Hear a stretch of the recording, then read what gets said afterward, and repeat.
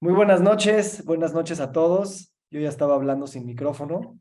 Bienvenidos a esta sesión de deconstrucción. Nos vamos a regalar un tiempo y un espacio para poder filosofar, para poder reflexionar, cosa que a veces en nuestras vidas aceleradas no hacemos.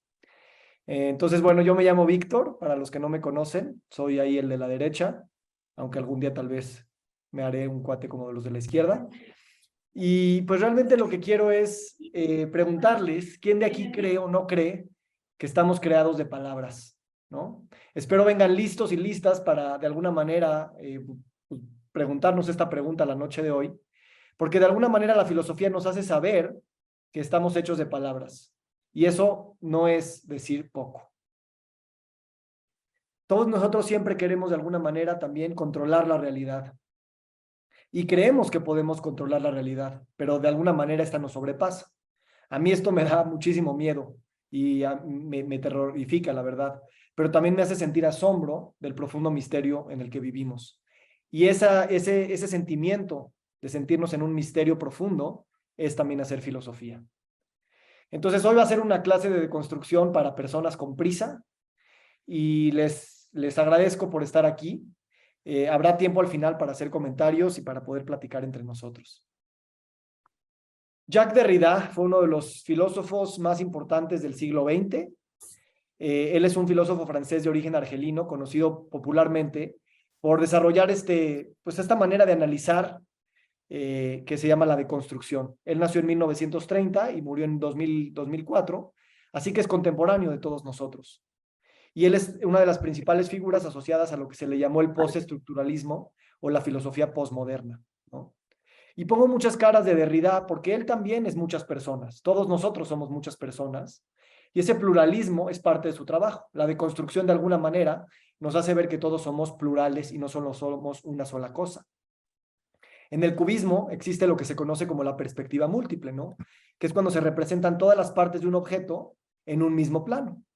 Entonces, el cubismo es un lenguaje pictórico que replantea las formas, el volumen, el espacio y la perspectiva, dotando a las obras de un carácter psicológico en que el espectador reconstruye la imagen en su mente para comprenderla en su totalidad.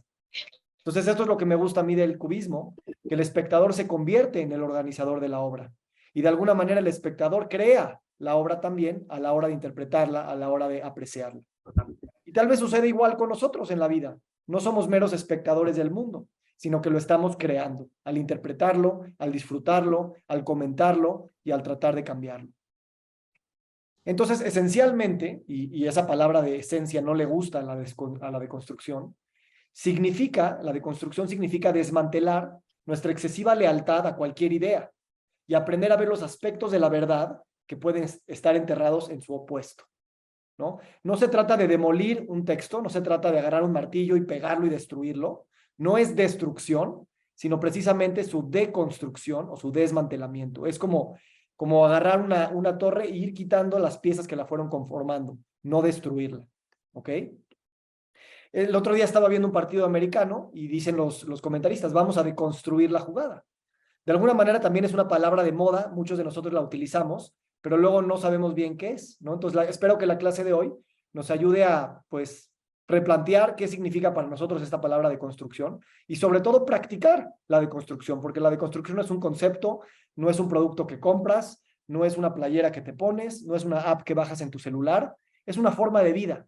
Espero que de alguna manera lo podamos transmitir el día de hoy.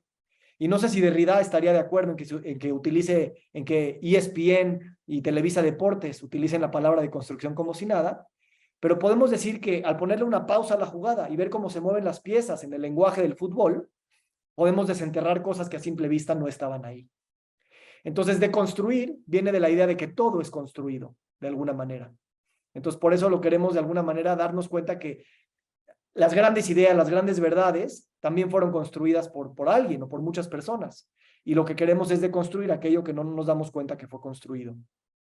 Y la verdad es que da miedo explicar lo que es la deconstrucción, pero justo de eso se trata la deconstrucción, de tratar de hacerlo. Y por eso estoy aquí yo hoy y también tú estás aquí. Así es que gracias.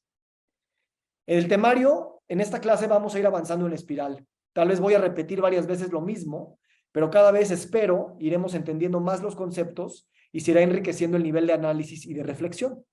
¿Ok? Si vas teniendo ideas o pensamientos o preguntas, te pido que las anotes y al final las podemos platicar y reflexionar en conjunto. De eso se trata también la deconstrucción, de una reflexión colectiva. Entonces, el temario es, vamos a empezar primero con un poquito de historia para ubicarnos en el tiempo. Vamos a hablar un poquito de estructuralismo, que es, digamos, la corriente filosófica y lingüística que dio origen al postestructuralismo, del cual la deconstrucción es parte. Y después vamos a hablar ya más de lleno de deconstrucción, con más ejemplos y reflexiones. La primera parte va a ser un poquito teórica, tal vez un poquito tediosa cuando hablemos de la semiótica y de los signos del estructuralismo, pero eso nos va a ayudar a entender que todo es lenguaje, ¿no? Y eso de ahí se agarraron los postestructuralistas para darse cuenta que la democracia, la verdad, la política, la discriminación, la salud, eran también construcciones sociales que podíamos deconstruir precisamente porque son signos, ¿no? Son signos y símbolos. Y debo decir que estos temas son un poco confusos también a veces, entonces si te sientes confundido o confundida es un poco normal, lo podemos hablar al final. Pero también, si nos vamos un poco confundidos de esta llamada, tampoco está tan mal, como ahora veremos, la deconstrucción también nos muestra que estar un poco confundidos del mundo no es un signo de estupidez. Pues vamos a empezar con un poco de historia. Como ustedes recuerdan, bueno, no recuerdan, porque no estábamos en esos momentos, pero recuerdan su clase de historia o su clase de cualquier ciencia donde, pues, por necesidad se habla de la historia de la ciencia, pues estuvo Grecia, estuvo el Imperio Romano, que extendió mucho las ideas católicas y cristianas por al menos todo el viejo mundo, y después estuvimos en un periodo como de 1000 años que se le llamó la Edad Media, para después hubo un rompimiento importante en las artes, en la ciencia, en el conocimiento, en la religión, que vino con el Renacimiento y con una figura muy importante, que es René Descartes, que es el que se conoce como el padre de la ciencia moderna, y después vino John Locke, vino Isaac Newton, y de alguna manera se empezaron a poner las bases de lo que era la iluminación, la ilustración y eventualmente la revolución industrial. ¿Ok? De hecho, Nietzsche creía que no había forma de tener ciencia moderna, que empezó aquí en el siglo XVI y XVII, si no hubiera habido una hegemonía de la Iglesia por tantos siglos anterior a ella, que de alguna manera entrenó a las generaciones a entender el mundo desde una perspectiva de orden y una perspectiva única. El hecho que la Iglesia de alguna manera unificó las narrativas y unificó que el mundo se podía entender como algo organizado y ordenado, pues es algo que dio pie para cuando llegó la ciencia, pues la gente pueda pensar que la ciencia venía a ordenar también ese mundo. Les pido que a los que puedan poner mute, para que no se nos metan ruiditos. Entonces, muy importante ver que en la iluminación pues vino esta idea de que podíamos de alguna manera conocer el mundo, poder conocer las verdades, que son verdades absolutas e independientes de cualquier mente individual, que el conocimiento nos permitía acceder a estas verdades y la razón era la mejor forma de obtener y justificar ese conocimiento que estábamos obteniendo. Y por eso esta idea de progreso que inició pues por ahí de la revolución industrial, que es de alguna manera utilizar el conocimiento objetivo a través de la razón para poder pues generar progreso tecnológico, progreso humanitario, progreso social, y de alguna manera también llegar a conquistar pues muchas cosas, conquistar a lo mejor las bacterias, conquistar a lo mejor otras civilizaciones menos avanzadas, conquistar tal vez hasta la muerte, ¿no? Y la idea de progreso es algo que tenemos de alguna manera hasta hoy en día muy metida, que a través de las razones como podemos progresar. Y luego llegó, bueno, no es de que, o sea, estas ideas no terminan y luego empiezan otras, pero nada más es para ubicarlos en la línea del tiempo de cuando las ideas estructuralistas empezaron a nacer, fue más o menos a principios del siglo XX, y no solamente en la lingüística. Hoy vamos a hablar de lingüística, pero se hizo en sociología, en antropología, en arqueología, en historia, ¿no? Y de alguna manera es una teoría general de la cultura y una metodología que implica que los elementos de la cultura humana deben entenderse a través de su relación dentro del sistema, ¿no? Ahorita lo voy a explicar. El estructuralismo de alguna manera nos hizo ver que todo lo podíamos entender a través de la relación de los elementos dentro de una estructura. Ahorita lo voy a explicar. Y el postestructuralismo vino después, por ahí de los años 60 y 70, a utilizar algunas de las cosas del estructuralismo, pero llevarlas, yo diría, un paso más allá, que eso es a lo que vamos a llegar hoy, ¿va? Entonces, para hablar de estructuralismo, rapidísimo voy a hablar de Ferdinand de Saussure. Él es el padre de la lingüística estructural. Y es importante hablar un poco de esto, porque la vida la entendemos a través del lenguaje. Entonces vale la pena hablar un poco de lingüística y del lenguaje y de entender que el lenguaje de alguna manera estructura la realidad, por no decir que crea la realidad. ¿Ok? Entonces vamos a hablar unos elementos básicos del estructuralismo. Esta es la parte un poquito más, digamos, de menos ejemplos para después utilizarlo más adelante en la deconstrucción. Entonces lo primero es que el lenguaje no es una mera colección de nombres que se refieren a objetos en el mundo. O sea, no es de que tú dices cama y entonces automáticamente se refiere a una cama en específico en el mundo, sino más bien a una categoría que tú tienes en tu mente, ¿no? El significado de las cosas es función de la estructura de la cual pertenece. Es decir, no es una relación directa, sino depende de una multirrelación dentro de un mismo sistema. Todos los objetos y los nombres se relacionan y se entienden dentro del sistema que están estructurados. Ahorita lo voy a explicar con un ejemplo. Si tú agarras, por ejemplo, la palabra anomalía, por agarrar cualquier palabra, es una definición para definir anomalía que damos en términos de otras palabras. No es una cosa inmaterial específica que siempre es la misma, depende de las estructuras del sistema del lenguaje que quiera explicar anomalía. Entonces, para definir anomalía o cualquier otra cosa, cualquier palabra, necesitamos ir a otras palabras que a su vez necesitan de otras palabras y así interminablemente, ¿no? Es como el hombre que se ve a sí mismo en la televisión, que se ve a sí mismo en la televisión, que se ve a sí mismo en la televisión y así interminablemente. Siempre necesitamos de palabras para definir palabras. Nunca terminamos con una palabra última que nos termine de definir todo. Todo se entiende dentro del sistema. La segunda característica es que los signos, el signo lingüístico, que es la forma en la que entendemos el mundo, tiene dos componentes y vale la pena detenernos un poquito aquí. Por un lado está el significante, ¿no? El significante es lo que Saussure llama la imagen sonora. Cuando yo digo semáforo, esa es la imagen sonora, y el significado, que no es un objeto, no es el semáforo que está en el cruce de Palmas con Reforma, que de hecho ya no hay semáforo ahí, ya pusieron un túnel. No es un semáforo en específico, sino que es un objeto en el mundo, perdón, es un concepto que se produce en tu mente. Entonces, cuando yo digo la imagen sonora semáforo, pues en tu cabeza formas un significado con una idea de lo que puede ser este concepto del semáforo. La relación entre estos dos componentes no es natural, sino que es arbitraria y convencional. Ahorita les voy a decir qué significa esto. Vamos a ver un ejemplo. ¿Qué dice ahí? ¿No? Está la letra S, la letra O y la letra L, ¿no? O sol, ¿no? Cuando yo digo sol, cuando sol es un sonido que mi boca emite y tu oído escucha, automáticamente hay esta imagen que se crea en tu cerebro, pues que en forma de sol. Ese es el significante, ¿no? El significante es S o L, o cuando oyes el sonido sol, pero el significado es el sol que aparece en tu cerebro. Ese es el significado, ¿no? Entonces, pues nada más para resumir, sol es la palabra escrita o el sonido sol. Y el significado es la imagen que tú produces en tu cerebro.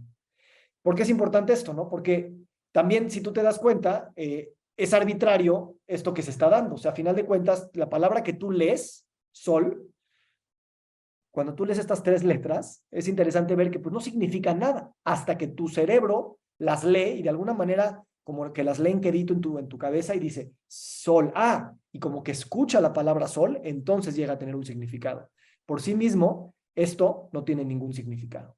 Y entonces por eso, si un mexicano dice gato y un inglés dice cat, los dos significantes hablados producen el mismo concepto en la mente del auditor, aunque el significante es completamente diferente. Entonces hay tantas formas de producir ese concepto como hay idiomas en el mundo, lo cual muestra claramente que el sonido del significante hablado no tiene nada que ver con el significado, es completamente arbitrario. La conexión es arbitraria entre significante y significado, y esto quiere decir que es convencional, es decir, es socialmente construida. Entonces, el concepto que nosotros tenemos de gato en nuestra mente es también socialmente construido. No podríamos decir que es el mismo para todos, ¿no? Esto es otra forma de decir, y esto es lo importante del estructuralismo, que no hay una verdad total, sino que la verdad, cualquier concepto que tenemos en la cabeza, porque la aprendemos a través del lenguaje, siempre es producto de la interrelación de los elementos del sistema. Un ejemplo que a lo mejor ya alguno de ustedes pensó, ¿no? Con los colores.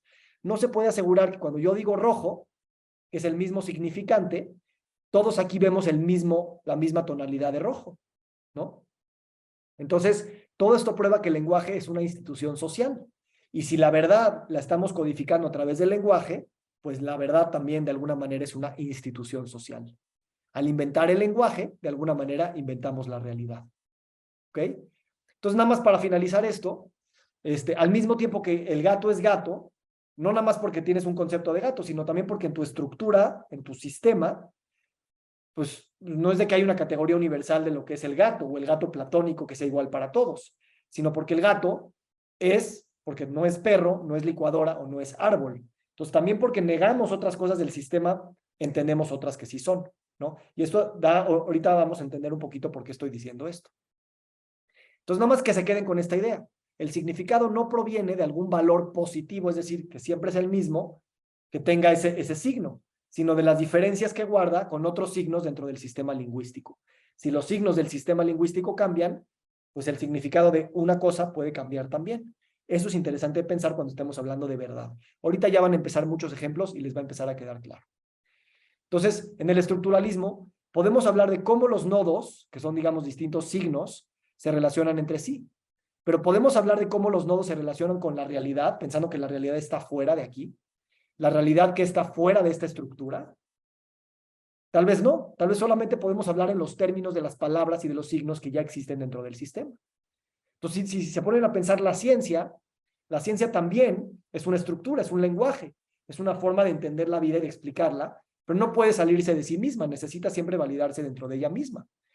Y de alguna manera la ciencia, o en su momento la religión, se legitimiza porque pues creemos en ella. Si creemos en el dinero existe. Si creemos en la religión existe. Si creemos en la ciencia, pues la ciencia existe. No hay una autoridad externa que le confiere el estatus de verdad a nada de esto, a la ciencia o lo que sea. No hay un Dios que dice, pues esa ciencia es verdad y a él le podemos hacer caso. Es similar a pensar que el rey es rey porque todos creemos que es el rey y creemos que pues Dios le dio el poder a ese rey, entonces lo que diga el rey es verdad. Pero ¿qué pasa si dejamos de creer que él es el rey? ¿Qué pasa si el rey pierde su dinero y no tiene soldados que repriman a los que andan pasando el chisme de que él no es de verdad el rey? Entonces, si el rey no tiene el poder para sentar su verdad y la gente no cree que el rey es el rey, pues entonces no podríamos decir que es el rey, ¿no? Esto es muy importante porque esto es lo que se utilizó en el postestructuralismo para reconstruir muchas cosas. Entonces, dentro de un sistema, pues la religión, el rey o mismo la ciencia, pues es lo que nos lleva dentro de ese sistema a ver lo que podemos llamar verdad, ¿no? Los dirigentes podían imponer su verdad porque tenían fuerza o porque controlan los medios de comunicación, ¿no? También hoy en día la ciencia, y no estoy diciendo que esté mal la ciencia, simplemente decimos que le estamos confiriendo a la ciencia la última palabra de lo que podemos decir o no que es verdad. Entonces, estas ideas dieron digamos, la torre para el estructuralismo, y esto se llevó a pues, muchas áreas de la sociología, la historia, etc. Y en el estructuralismo hay personas importantes como Jacques Lacan, ¿no? Que lo llevó al psicoanálisis, como Levi Strauss, que lo llevó a la antropología, y luego llegaron personas como Michel Foucault o el mismo Derrida, que sacaron mucho provecho de las ideas estructurales, y si se dan cuenta, el término postestructuralismo pues no es tan creativo, simplemente dijeron, pues lo que viene después del estructuralismo, ¿no? Entonces ahora sí vamos a entrar de lleno a este tema, ¿ok? Y lo que vamos a mostrar es que las estructuras o las verdades que habíamos heredado, porque en el estructuralismo nos hizo ver que las verdades estaban dentro de estas estructuras, pues de alguna manera no habíamos cuestionado las mismas estructuras que sostenían esas verdades. Y eso es lo que vino a ser el postestructuralismo, ¿ok? Una de las primeras cosas que Derrida deconstruyó es el tema del habla y la escritura. Derrida, después de leer a todos los filósofos de la historia, estaba convencido de que los filósofos occidentales, desde Platón en adelante, habían privilegiado sistemáticamente el habla, que era vista como una comunicación auténtica y vida. El habla me refiero a la voz, a la oralidad, por encima de la escritura, que es ya la palabra escrita en un papel. Realmente la escritura se consideraba una mera transcripción de lo que la gente podría decir, un informe de segunda mano que carecía de la interacción y la veracidad que conlleva una conversación. De hecho, los primeros textos filosóficos occidentales, bueno, al menos los de Sócrates, Platón y Aristóteles, no sé si se acuerdan, pero eran diálogos, ¿no? Y lo que se hacía era como transcribirlo, lo que se dijo, porque se pensaba y se sentía que el habla y la oralidad era más importante, ¿no? Entonces, él se dio cuenta que había una sutil pero muy presente preferencia del habla en vez de la escritura. ¿Ok? Y esto no se hablaba de forma directa en ningún tratado filosófico. Ahora, en sí mismo, eso que les acabo de decir apenas parece un problema urgente, X. Le dieron más importancia al habla que a la escritura, que tiene de padre, ¿no? Pero el drama del trabajo de Derrida provino de la idea más grande que desarrolló a partir de esa afirmación, de que se dio cuenta que había un binario y que habían puesto uno encima de otro. Y ahí empezó su ambición general de Derrida de promover que una vez que comenzamos a examinar las ideas de cerca, casi todo nuestro pensamiento está plagado de una falsa, injustificada e inútil forma constante de privilegiar una cosa por encima de otra. Y esta forma de privilegiarlo, sobre todo, muchas veces pasa desapercibida, ¿no? Entonces él empezó a ver algunos binarios como razón, pasión, como la superioridad del hombre y la mujer, como la superioridad del hombre y la naturaleza, la mente sobre el cuerpo, etcétera. Y el punto de Derrida fue que este privilegio implica una falla de ver los méritos y el valor de la parte supuestamente menor de la ecuación. Derrida se dio cuenta de las dualidades y que inconscientemente le damos más valor a algo, no solamente en los textos de filosofía, también en la cultura, también en la sociedad, en la política, en la religión, en la forma de organizarnos. Derrida no estaba haciendo tanto el punto nihilista de que todo es inútil o de que podemos vivir sin términos que se opongan. O sea, él no decía, quitemos los binarios. Simplemente estaba enfatizando que las descuidadas contrapartes, es decir, estas que pongo en más clarito, también son dignas de amor y de atención, y que debemos de ver por qué estamos privilegiando unas en vez de otras. A lo largo de sus 40 libros, Derrida deconstruyó una serie de términos binarios muy importantes. La razón contra la pasión, la masculinidad contra la feminidad, el beneficio contra la generosidad. Ahorita, a lo largo de esta clase, voy a hablar algunos ejemplos que a mí se me hacen muy relevantes, ¿no? Entonces, el posmodernismo o el postestructuralismo, pues de alguna manera nos dice que la verdad la voy a poner entre comillas, porque es relativa. Ninguna verdad es absoluta, depende del signo, depende del sistema en el cual se está entendiendo esa verdad. Entonces, las verdades son construcciones sociales que dependen especialmente de raza, clase, género y estatus o poder. Entonces, ciertas verdades se quedan como verdades porque hay, digamos, un consenso dentro del sistema de que esa es la verdad. Y de alguna manera, el posmodernismo es algo escéptico. Algunos definen a la posmodernidad como la teoría de desmentir teorías, ¿no? El posmodernismo no es una teoría en sí, sino es una manera de desmentir y dislocar y de alguna manera quitarles la importancia a las categorías estrictas de siempre. O lo que le llamaba Lyotard, otro posmodernista importante, es la incredulidad hacia las metanarrativas. Una metanarrativa, por ejemplo, es la religión, ¿no? En el que hay que ser incrédulos porque pues ahí hay unas estructuras de poder que se están poniendo y de ahí estamos tomando todas nuestras maneras de entender la verdad. Entonces, el posmodernismo nos enseña que estas palabras como verdad, como realidad, como natural, como esencia, pues hay que ponerlas entre comillas, porque ¿verdad para quién? ¿Quién define que esa sea una verdad? ¿Qué estructuras de poder o mismo de lenguaje mantienen esas verdades como verdades? Es como cuando tú dices, es que es natural que, no sé, vamos a pensar un ejemplo. Es natural, bueno, ahorita voy a poner varios ejemplos porque no me quiero adelantar, pero ¿cuántas veces no usamos en la vida? Ah, pues es natural, así está hecho, o esa es la verdad, o esa es la esencia. Bueno, esas también son construcciones sociales que nosotros hemos heredado de nuestro sistema. Y lo que es natural para una persona religiosa, pues no es nada natural para un biólogo, por ejemplo, ¿no? Y viceversa.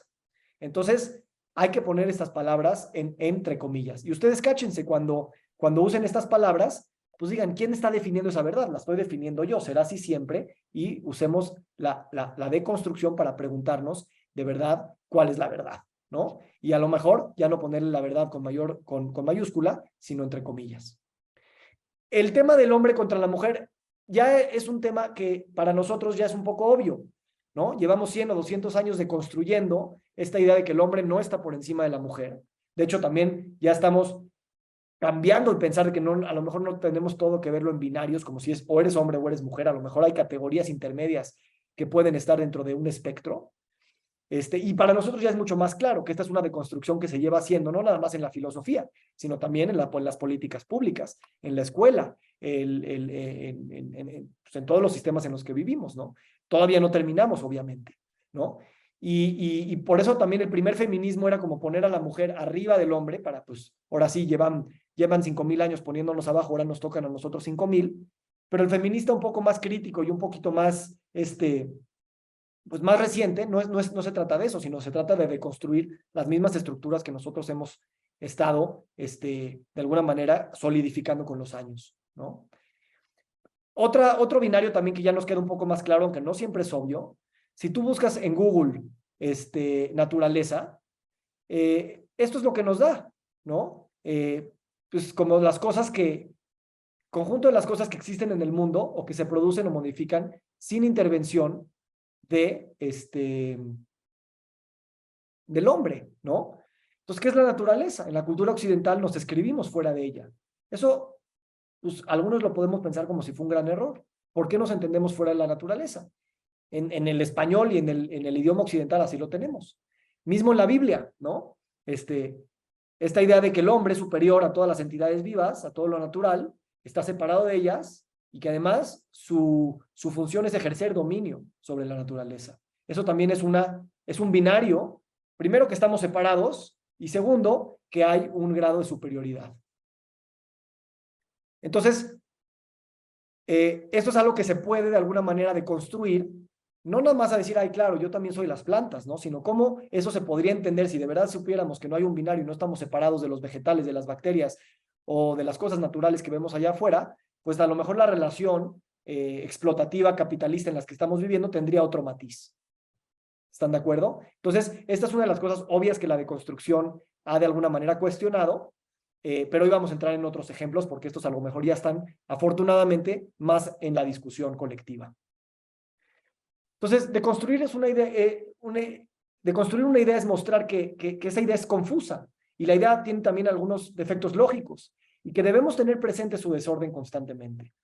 Derrida estaba criticando nuestra tendencia a imaginar que detrás de cada problema yace en alguna parte una solución buena y clara, que de alguna manera todos pensamos que, ay no, pues alguien tiene que tener la respuesta y la vida la podemos entender perfectamente y claramente porque pues así está construida. Pero Derrida de alguna manera nos recuerda, somos criaturas destinadas a vivir nuestras vidas sin respuestas claras. Aunque tengamos el anhelo y está perfecto buscar esa claridad, pues tal vez estamos destinados a que, pues, ¿quién nos va a terminar de explicar? Somos nosotros los que estamos o no explicándonos la vida y creándonos la vida constantemente. Cuando yo iba a tener mi primer bebé, había un debate muy fuerte en mi casa sobre si dar pecho materno, si dar botella, o también si la dormíamos en una cuna o la dormíamos sin barrotes a mi primer bebé. Y claro, ¿qué hacemos todos cuando tenemos estas dudas? Pues vamos a la ciencia, ¿no? Y vamos a buscar papers científicos que nos digan qué es lo mejor.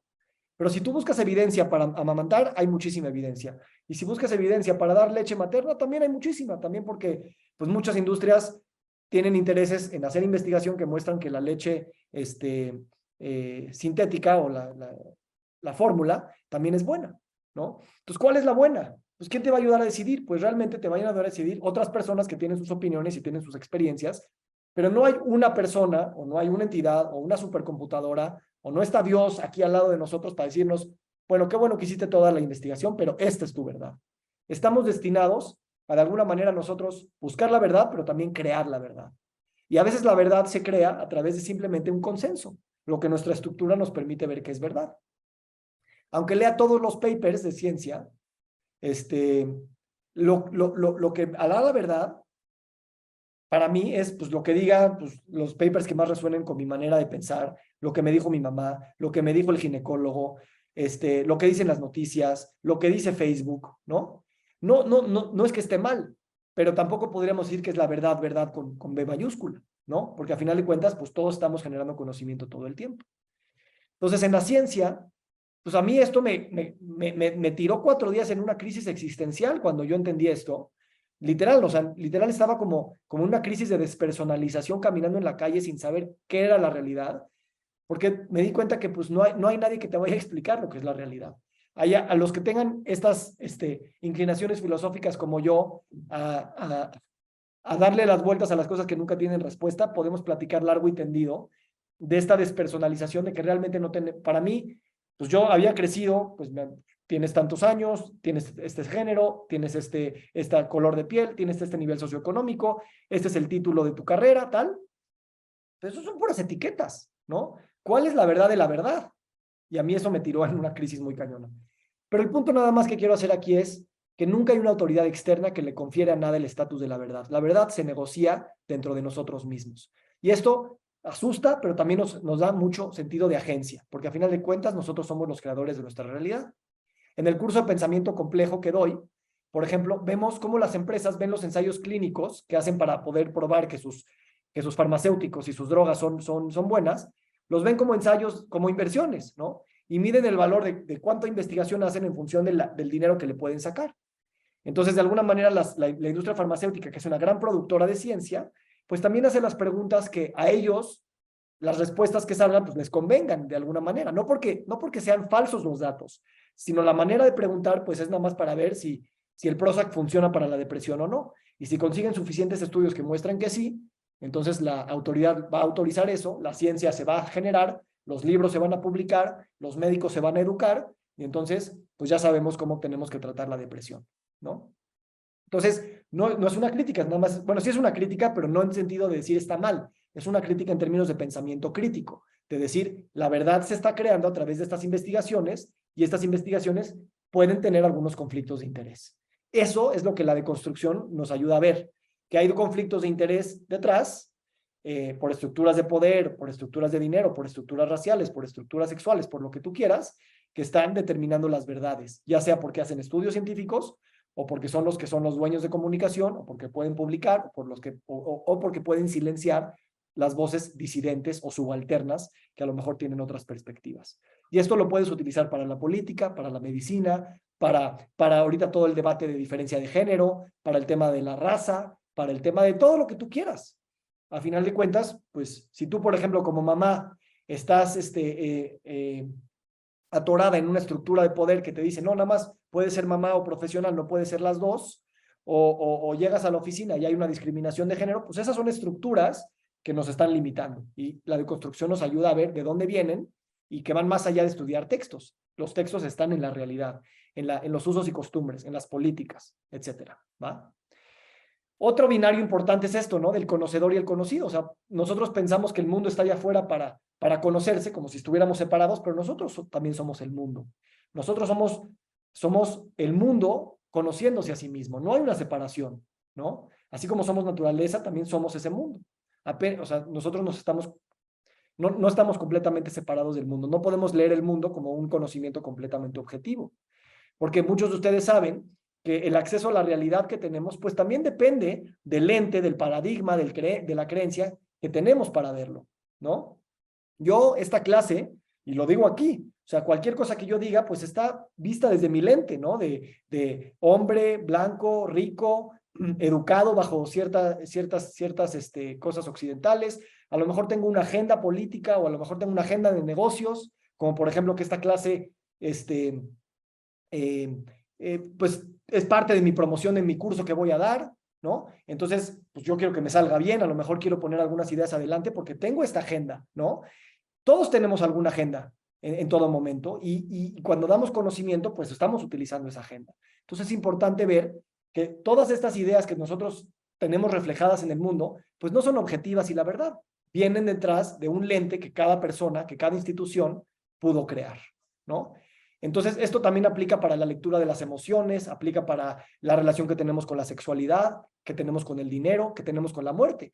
Depende del lente con el que lo estamos viendo. Y la muerte para una persona puede ser completamente diferente a otra, porque una viene de una cultura oriental que cree en la reencarnación y las 5000 vidas, y otra cultura occidental que no cree nada y cree que aquí se terminó el cuento, y entonces le deprime morirse y quedarse aquí, ¿no? Entonces, no podemos decir que la realidad es la misma para todos y que tenemos el mismo acceso y la misma forma de verla. Esto es algo que la deconstrucción nos hace ver. Y por eso estas ilusiones ópticas son ilustrativas, porque lo puedes ver como dos caras o lo puedes ver como un jarrón, y así precisamente es la vida, ¿no? Según el lente con el que tengas, lo puedes interpretar. El chiste es quién tiene los lentes que están determinando las principales verdades de nuestra comunidad. Por eso Bachelard, otro filósofo francés, decía, lo simple es siempre lo simplificado. O sea, no hay nada simple, no hay nada así blanco y negro y fácil de entender, ¿no? Y Derrida quería curarnos de nuestro amor a la cruda simplicidad, a creer que las cosas son simples y podemos llegar a entender la vida, pues así, fácilmente, ¿no? Él quería hacernos más cómodos con la incomodidad, de estar permanentemente en movimiento. Por ejemplo, Derrida argumentó que podríamos estar confundidos y con razón acerca de los méritos del capitalismo y del socialismo, o la relación entre el amor y el sexo, pero que nunca debemos apresurarnos a sacar conclusiones en torno a estos temas. Hay cosas útiles que decir en ambos lados de estas ecuaciones. O sea, tú piensas y opinas a favor o en contra de algún tema, como que si descalificarías el otro, como si en el otro no tuviera ningún tema importante. Concluir que el capitalismo es espléndido o malo, o que el amor y el sexo están muy estrechamente vinculados o que no tienen nada que ver, es evitar lidiar con esa naturaleza oscilante y caleidoscópica de nuestra realidad. Porque la realidad, realmente, la realidad realmente es más un caleidoscopio que otra cosa. Y pensar que el mundo lo podemos dividir en blanco y negro y en verdades fáciles de entender y se acabó, pues también nos estamos engañando. ¿Vale? Entonces vamos a ver otros ejemplos y vamos a platicar si quieren. El perdón a mí me encanta porque Derrida tomó conceptos como la amistad, como la democracia, como el perdón y los deconstruyó, ¿no? Y él decía algo muy padre, decía, solo se puede perdonar lo imperdonable. Esto a primera instancia parece una contradicción y de alguna manera sí lo es. Pero me encanta cómo él reflexiona sobre el perdón porque él dice, uno perdona para uno y nada más. Si queremos perdonar para recibir algo a cambio, entonces estamos entrando en una economía del perdón que limita la posibilidad del perdón, porque entonces no te estoy perdonando. Te estoy perdonando para que tú me entregues algo, para que me pagues, para que me remuneres, para que me agradezcas, ¿no? Entonces, si yo te quiero perdonar, no puedo pedirte nada a cambio, si no, no te estaría perdonando, estaría entrando en una transacción contigo, ¿no? Entonces, me encanta que Derrida dice, si alguien perdona, lo tiene que hacer más allá de cualquier imperativo, de cualquier deuda o de cualquier obligación. Entonces tú piensas, si tú quieres perdonar a tu mamá o quieres perdonar a alguien, si estás perdonando porque crees que vas a recibir algo a cambio o porque de verdad estás perdonando y ahí lo estás dejando. Y por eso Derrida muy bien dice, solo el verdadero perdón existe cuando perdonamos lo que es imperdonable. Justo porque es imperdonable y perdonamos, es que el perdón existe como un completo dar sin esperar recibir. Me encanta esa idea y a mí me liberó mucho, porque a final de cuentas, pues no tienes que perdonar, pero si vas a perdonar, entonces perdona sin pensar que vas a recibir algo a cambio, alguien te va a agradecer, alguien te va a aplaudir. Yo ahorita que estoy educando a mis hijas, bueno, no educando, pero tratando de hablar más de perdón con mis hijas, me cuesta mucho trabajo esto, porque si yo les pido perdón para yo recibir algo a cambio, se siente raro, o al revés. Si yo les enseño que ellos pidan perdón a alguien más para que yo les festeje y les dé una sonrisa y les dé un abrazo, pues ya las estoy metiendo también a ellas a que el perdón es para pues recibir algo a cambio, ¿no? Entonces es algo muy profundo y Derrida lo hizo mucho porque él estuvo estudiando lo que sucedió en el apartheid en Sudáfrica, ¿no? Y es muy interesante cómo habla del perdón. También habló de justicia y democracia, ¿no? Nosotros oímos estos términos, pero justicia y democracia pues pueden significar distintas cosas para distintas personas, ¿no? Si tú estás en la cárcel o llevas toda tu vida discriminado o sin acceso a servicios de salud, a lo mejor eso es una injusticia, ¿no? Todos decimos, hagamos esto o aquello en nombre de la justicia, como si nosotros, los que hablamos en nombre de ella, como si la justicia es una categoría que ahí está y que ahí existe independientemente de nosotros, como esa idea platónica de la justicia, ¿no? Esta imagen de la balanza, y que además nosotros podemos tener acceso a entender lo que es la justicia. Entonces, cuidado con las personas que hacen cosas en nombre de la justicia, porque pues están teniendo una idea de lo que es esa justicia, que a lo mejor no es la misma para la cual están imponiendo justicia a otras personas, ¿no? Para lo que es justo para uno puede ser injusto para otro. Y la definición de justicia, si lo piensan, puede, y de hecho, ha ido cambiando a lo largo de los siglos, porque no es una categoría inmaterial, objetiva, platónica, igual para todos y para siempre. Eso es algo que hace muy bien la deconstrucción, darnos una llamada de atención cuando vemos este tipo de conceptos. Y por eso Derrida decía que la democracia como tal no existe, ¿no? Nosotros decimos, no, pues a lo mejor Suecia o Estados Unidos o Canadá son democráticos, pero realmente ¿en qué lugar del mundo hay perfecta democracia? Perfecta, sí, sin corrupción, que hay una completa representación de las personas, voz de toda la población. O sea, realmente nunca hemos visto la democracia como tal, ¿no? Entonces, por eso decía la democracia por venir, ¿no? Dice, la democracia siempre está por venir, siempre como una promesa, pero nunca aquí. Y esto se me hace muy bonito porque tampoco podemos usar como, nosotros ya estamos en democracia, ¿no? Y utilizar lo que quieras para decir eso. Sino la democracia siempre es un ideal y qué bueno, porque así nos vamos a ir acercando a un ideal y no cruzarnos de brazos porque pensamos que ya llegamos a ella. Eso también está muy padre. Él decía, democracy to come. Siempre venía, siempre por venir. Entonces, si estas cosas crean verdades, la religión, las estructuras de poder, la ciencia, el mismo lenguaje puede crear la realidad. Las palabras que tenemos disponibles en español, en inglés o en hebreo, nos pueden generar algún tipo de verdad, ¿no?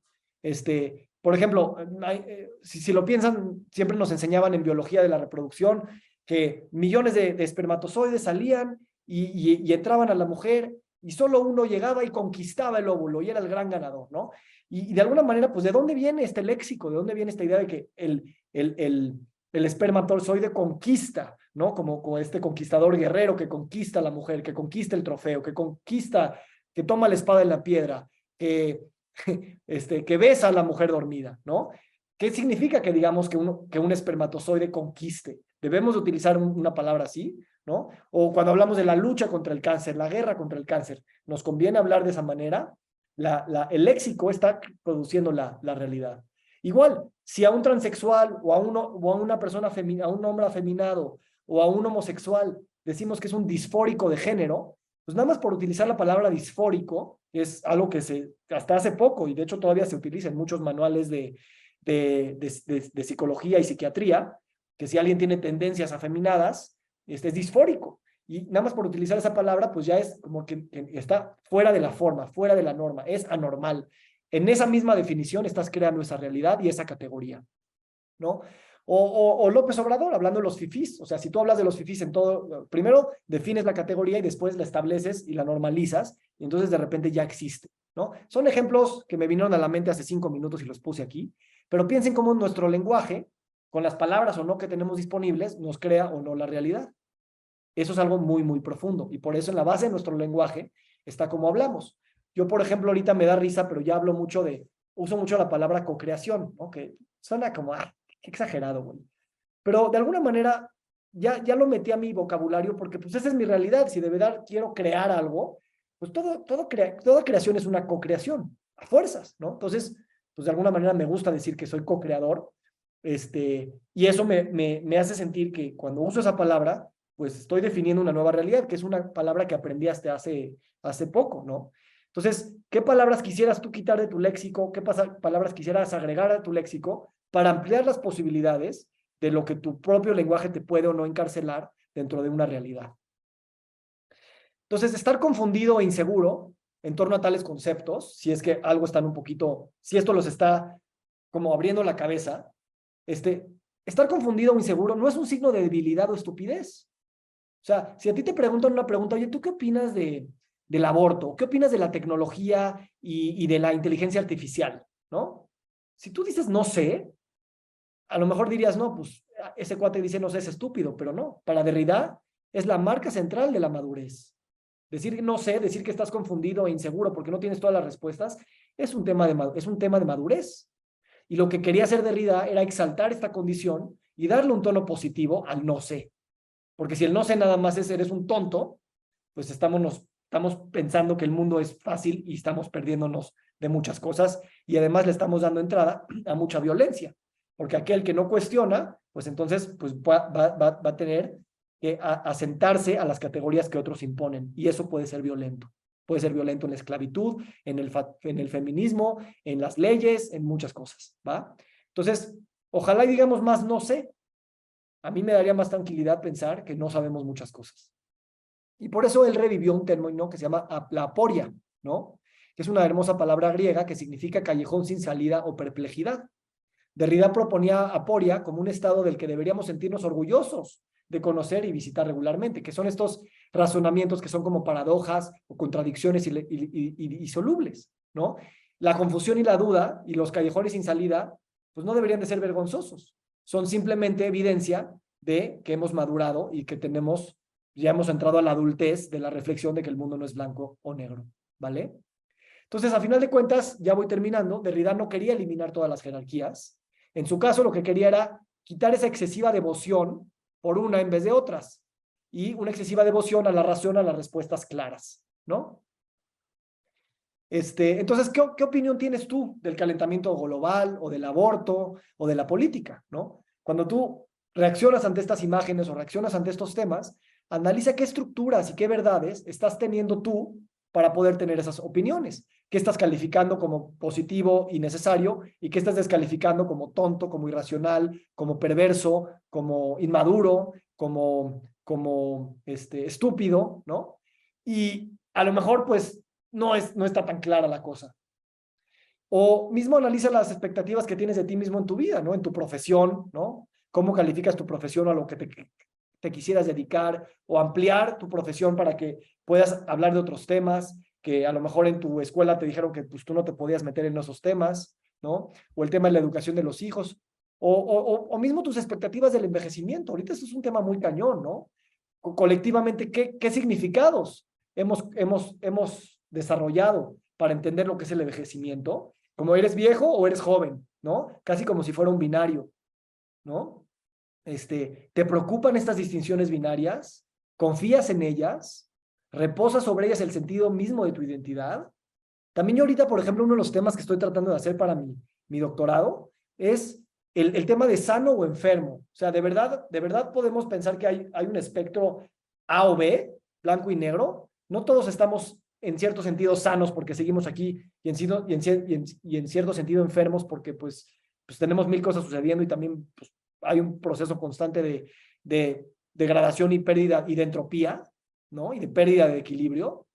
Entonces, nos hace bien hablar de, estoy sano o estoy enfermo? Hoy en la mañana pensaba en la definición de salud.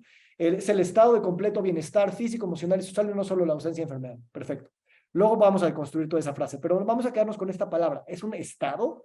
¿La salud es un estado que de repente llegas y ya estás perfecto? ¿De verdad creemos que hay una persona que está en completo bienestar y no solo la ausencia de enfermedad? No es un estado, tal vez es un proceso. El ser humano es un proceso. Y vale la pena pensar que en un mundo binario, pues a lo mejor no hay espacio para los procesos y no hay espacio para en los márgenes y para vivir en estas ideas intermedias. Entonces ya voy terminando. El universo entero, esta es una frase que me gusta, dice, el universo entero cortado en dos y solamente en dos. En este sistema de conocimiento todo tiene un derecho y un revés. O somos el humano o el animal, o el hombre o la mujer, lo vivo o lo muerto, el colonizador o el colonizado, el organismo o la máquina. Nuestro sistema de conocimiento nos ha dividido en dos y nos ha forzado a elegir una de nuestras partes. ¿Tú te has sentido así en alguna de las categorías en las que te han categorizado, te has categorizado a ti mismo o misma? Pues bueno, rompamos esos binarios porque, bueno, no sé si los podemos romper, pero al menos cuestionémoslo y atrevámonos a vivir en el margen, en el intermedio, en la transición. Yo creo que eso es algo mucho más sano. Veamos también la publicidad, veamos las redes sociales.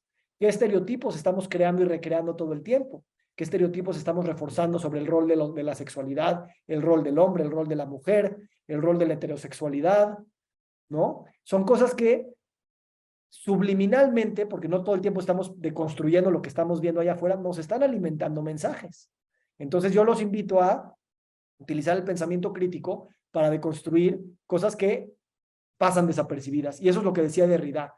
Lo que ya todos están discutiendo, justicia, racismo, machismo, pues ya está deconstruido. Dice, lo que nadie le está poniendo atención, tal vez ahí es donde hay más violencia, ¿no? Paul Preciado dice, si yo no me doy cuenta de que hay cierto tipo de abuso, tal vez es porque yo lo estoy ejerciendo, ¿no? Entonces, esto es bonito de la deconstrucción porque nos hace, pues de alguna manera, retomar la responsabilidad del mundo que estamos creando, ¿no? Y Paul Preciado, que es un filósofo activista trans, que se cambió de Beatriz Preciado a Paul Preciado, se hizo hombre, dice, soy una multiplicidad del cosmos, o sea, soy mil cosas al mismo tiempo. ¿Por qué me quieren encerrar en un régimen epistemológico, o sea, de conocimiento, y un régimen político binario a fuerzas? Yo quiero ser múltiple, quiero ser muchas cosas al mismo tiempo. ¿Por qué tengo que ser una? Estoy gritando ante esas estructuras de poder que me están manteniendo así. Entonces, yo conozco a muchas personas, y yo soy uno de ellos, que tenemos ciertos sufrimientos precisamente porque estas estructuras no las estamos cuestionando. Y el día que las cuestionas dices, claro, es una construcción social. puedo de alguna manera salirme. Ahora, eso es salirte en tu cabeza y liberarte muchas cosas, salir del closet.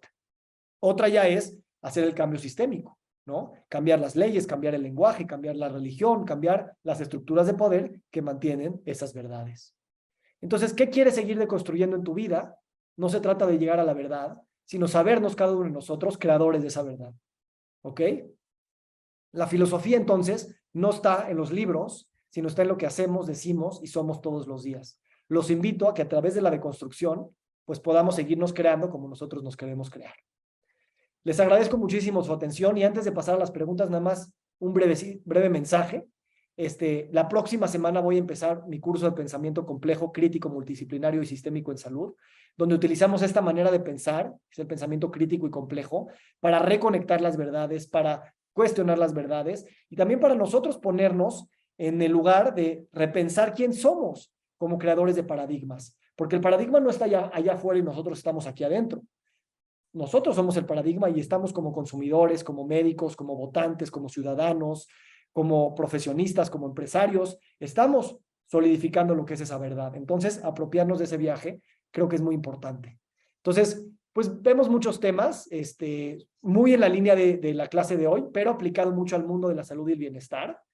Y hablamos de la construcción cultural de la enfermedad y cómo construimos la enfermedad de manera cultural para entender pues, cómo hacer salud y bienestar y medicina y qué problemas tiene eso, ¿no? Y luego hablamos de los nuevos paradigmas de salud y bienestar. Hablamos de medicina funcional, de wellness, de coaching, de psicología positiva, que son esos nuevos paradigmas que están integrando maneras de hacer salud y bienestar de una manera mucho más integrada y sobre todo hablando que somos muchas cosas al mismo tiempo y no solamente somos o cuerpo biológico, o cuerpo genético, o cuerpo metabólico, o cuerpo social, o cuerpo político. Somos todas al mismo tiempo. Desde esa complejidad podemos crear ese futuro. Y tengo el honor y el privilegio de tener 3 profesoras invitadas en esta generación, que son una doctora, bueno, muy estudiada en medicinas ancestrales y también medicina occidental y además química, y nos va a hablar de microbioma y cómo la ciencia del microbioma nos está haciendo ver que somos seres, que somos seres interconectados con todas las especies y que de alguna manera nos está volviendo ecologistas a todos, porque tenemos que entender la ecología de la vida y no nada más separarnos de, pues, como lo hemos hecho por mucho tiempo. Nilda nos va a hablar de los paradigmas del apocalipsis, que son los paradigmas que han mantenido las estructuras tan sólidas en todos los sistemas sociales y políticos en los que vivimos. Y Saskia nos va a hablar de visibilizar lo invisible, que es visibilizar las estructuras en México, por ejemplo, que mantienen a los pobres pobres o que mantienen a los pobres comiendo comida chatarra o que nos tienen en círculos de violencia y de criminalidad, pero que van más allá de dividir al mundo entre buenos y malos y que la solución no está nada más en encarcelar y matar a los malos, porque entonces estamos solidificando el mismo binario, como si de verdad hay hombres buenos, hombres malos, y nada más hay que encarcelar a los malos, ¿no? Entonces es una manera de pensar más compleja, más difícil de entrarle, pero yo creo que es muy necesaria para el mundo que queremos co-crear entre todos. Entonces les agradezco muchísimo su atención. Ahí están mis datos de contacto. La información del curso la pueden encontrar en victorsadia.com. Y bueno, pues espero les haya gustado esta clase de construcción para personas con prisa y feliz de pues platicar, comentar y pues ver lo que quieran decir. Y muchas gracias a todos por estar aquí. Apenas los empiezo a ver sus caras y sus nombres.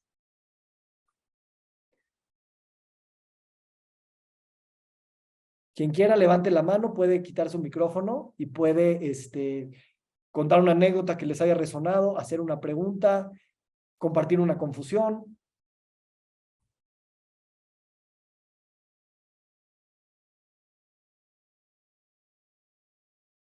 Paola, venga.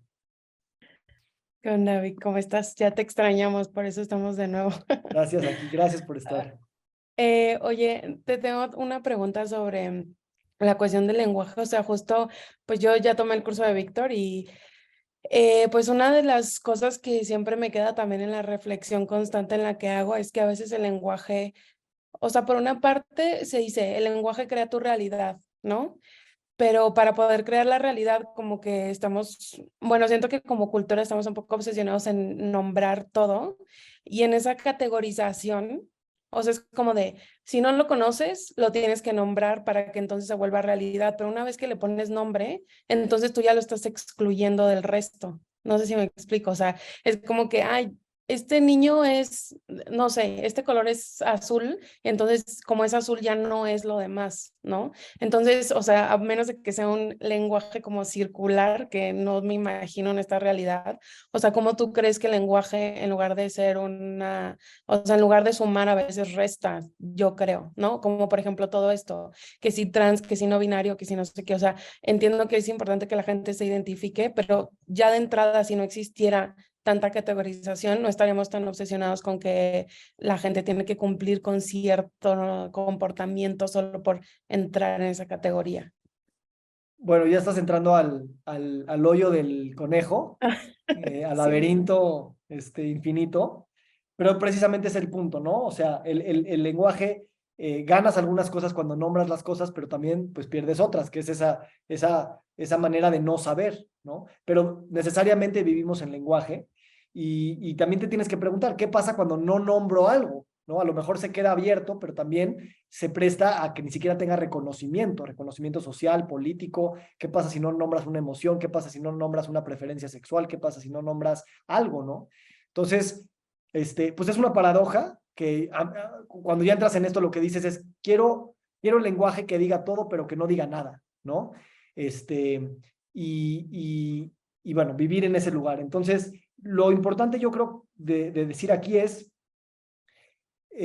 pluralicemos, invitemos a más personas a nombrar cosas y busquemos también otros lenguajes, ¿no? No nada más tenemos que usar el lenguaje del español y la palabra. El ser humano también puede vivir a través de otros lenguajes emocionales, kinestéticos, energéticos. El silencio también es un lenguaje, por ejemplo, ¿no? El lenguaje, tú dirías, es la ausencia del lenguaje. El silencio también está diciendo algo. Entonces, no vamos a entrar en más vueltas, pero es paradójico lo que acabas de poner y el chiste es quedarnos preguntándonos estas cosas pues toda la vida. Y sobre todo cuando, no nada más por placer hedonista de hacer filosofía como a ti y a mí que nos gusta, sino también porque hay muchas personas que no tienen y que sufren por este tipo de cosas. Y ahí es donde tenemos una responsabilidad porque nosotros tenemos de algún grado poder, tenemos voz, ¿no? Tenemos un Zoom, tenemos cosas y darle voz a los subalternos es la única manera de cambiar la estructura porque nuestra misma cognición nos va a hacer lo mismo siempre, mientras que una voz subalterna tendrá otra manera de entender las cosas. Entonces, yo me encantaría que alguien que no fuera de mi sexo, de mi edad, de mi background, les hablara de deconstrucción, porque va a haber completamente otra cosa. Y de eso se trata. No hay una sola narrativa. Gracias. Lucía, por favor, adelante, puedes prender tu micrófono. Gracias, Víctor. En verdad que uno se hace adicto a todas estas charlas, ¿eh? Contigo. Es súper enriquecedor cada parte. Fíjate que yo viéndolo desde la parte, desde los chavos, porque cuando terminan la adolescencia o empiezan la parte adulta, que es hasta los 20 y tantos años, y que ya salen de casa o que empiezan la carrera y todo, yo creo que ellos vienen con paradigmas, creencias y todo. Y cuando empiezan ese choque, al momento de empezar a deconstruir, básicamente es todo eso que traen y empiezan a ver las cosas nuevas y empiezan a imaginar también a su modo y a lo que están viviendo, ya no a lo que vivieron los padres. Híjoles, yo creo que es algo súper importante que ellos tengan también esa parte de llegar a ser críticos al momento de tomar para tomar decisiones, básicamente, ¿no? Gracias por traer esto de los jóvenes aquí, Lucía. La verdad es que, mira, esta es una opinión personal, ¿ok? Bueno, todo lo que dije aquí es personal, no viene de ningún lugar más que de mí. Bueno, sí viene de muchos lugares, pero yo escojo qué poner y qué no poner, ¿no? Entonces, a final de cuentas, asumo cualquier error y cualquier cosa que yo haya dicho aquí. El tema de los jóvenes, mi opinión es la siguiente. yo creo que nos da mucho miedo educar a los jóvenes en la incertidumbre y les queremos dar respuestas y claridad de cómo funciona la vida y es así y no hagas esto y si hagas esto. ¿Y por qué les queremos proteger? Proteger de las dudas, proteger de la incertidumbre, proteger de la muerte, proteger de escoger una carrera que los vaya a tirar a la basura, proteger de tener preguntas demasiado existenciales que los haga deprimirse o los haga suicidarse, ¿no?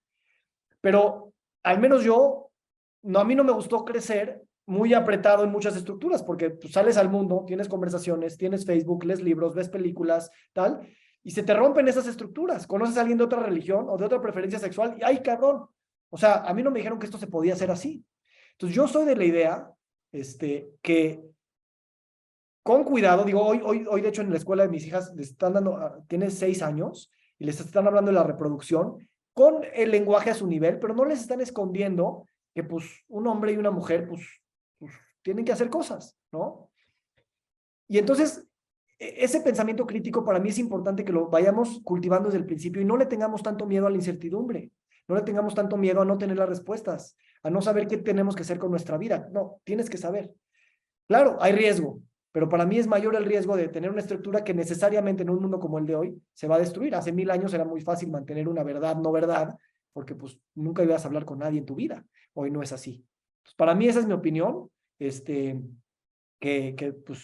sí, ya.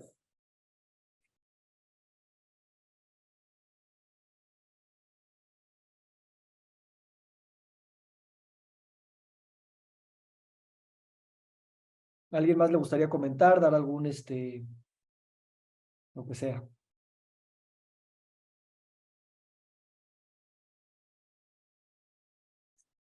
Mónica, ¿tú quieres hablar?